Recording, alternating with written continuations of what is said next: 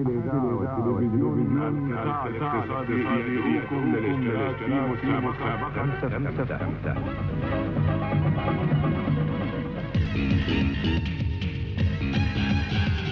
عزيزي المشاهد، حلقة جديدة سؤال 250 جنيه ذهب.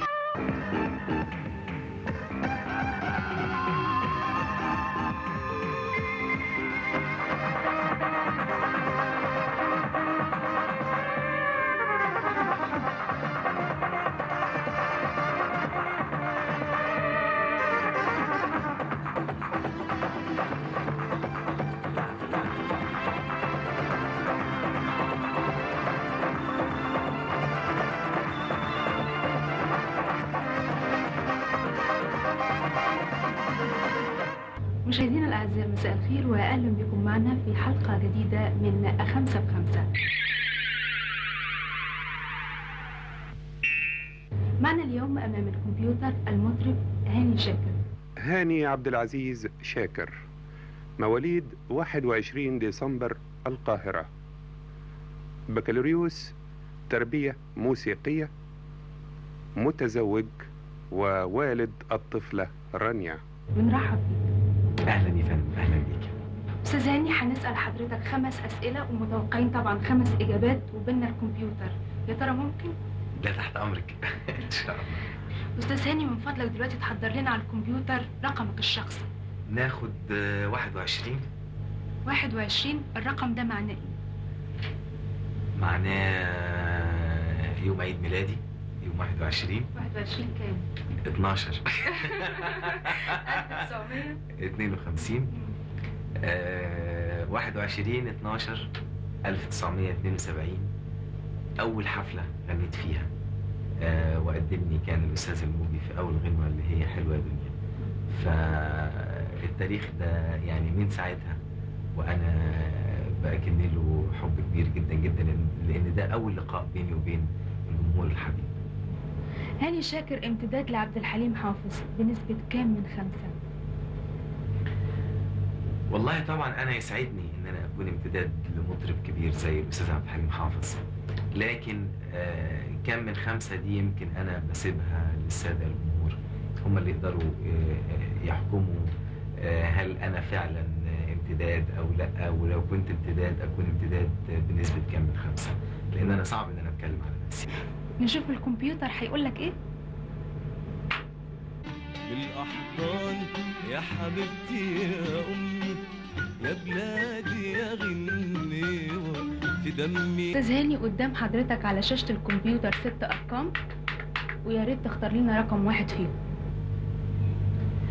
يعني مبدئيا كده الرقم الثاني. الثاني؟ اشمعنى اخترت الرقم ده؟ يعني بسم الله ما شاء الله دسم. استاذ هاني، حضرتك عارف الرقم ده ايه؟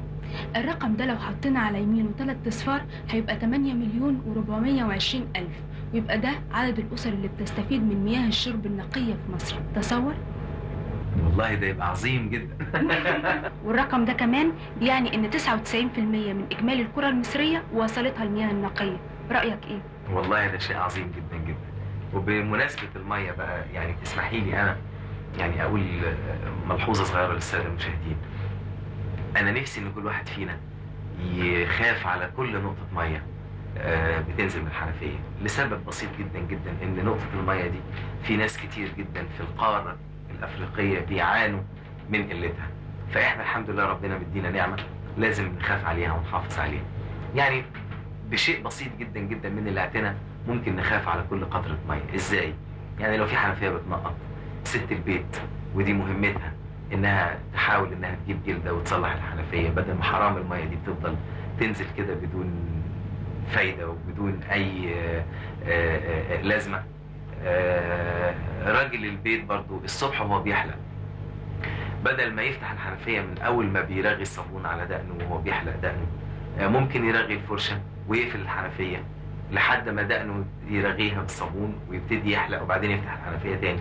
الحركه دي هتوفر كتير جدا جدا جدا من الوقت اللي كل واحد فينا بيستنى ويسيب الحنفيه مفتوحه لحد اما دقنه يرغيه عليها الصابون وبعدين يبتدي يحلق. دي حاجات بسيطه تسمحوا لي ان انا اكلمكم فيها على اساس ان احنا فعلا كلنا مصريين، ويهمنا ان مصر ولادها يخافوا عليها ويخافوا على مواردها، وخصوصا نقطة المية اللي هي عصب الحياة كلها. المطرب هاني شاكر في الأغنية الحديثة 5 من 5، في الأدوار القديمة كام من 5؟ والله بقى أسمع حضرتك حاجة وأسمع السادة المشاهدين حاجة والكمبيوتر يحكم. اتفضل.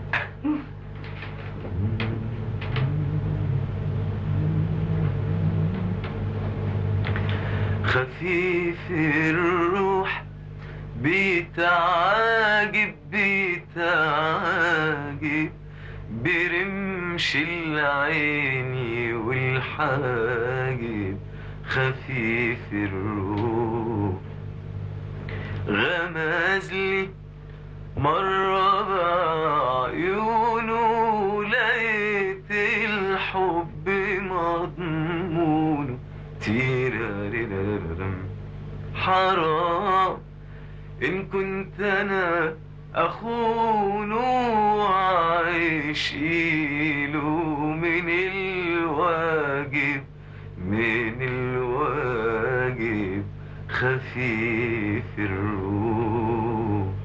أستاذ هاني في الغناء 5 من 5، في التمثيل كام من 5؟ أولا أنا أحب أشكر حضرتك على المجاملة الرقيقة دي، حكاية 5 من 5 في الغناء. في التمثيل بقى برضو أنا يعني بيبقى صعب قوي إن أنا أحكم على نفسي صحيح، لكن أقدر أقول إن أنا الحمد لله ربنا وفقني وما كنتش وحش أبدا، سواء في السينما أو على المسرح من ناحية التمثيل. لكن كام من 5 بالظبط بعد إذنك أنا برضو بسيبها للسادة الجمهور وللأخ العزيز. دوس على الكمبيوتر وهو يقول. 4 من 5. والله متشكر جدا.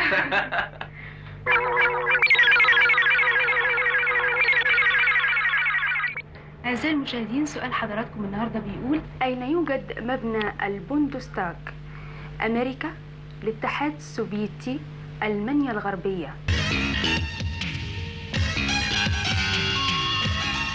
في كل يوم سؤال جديد، هنقدم أسئلة كتير، مش مطلوب منك إجابة غير بس على 30، واكتب حلولك على بطاقة 5 في 5. وفي نهاية الحلقات نبعت جوابات على إدارة المنوعات. أيوة، وما ننساش القناة التانية التلفزيون المصري القاهرة. ولحد إمتى؟ لغاية 30/8/88. مع تمنياتنا بحظ سعيد.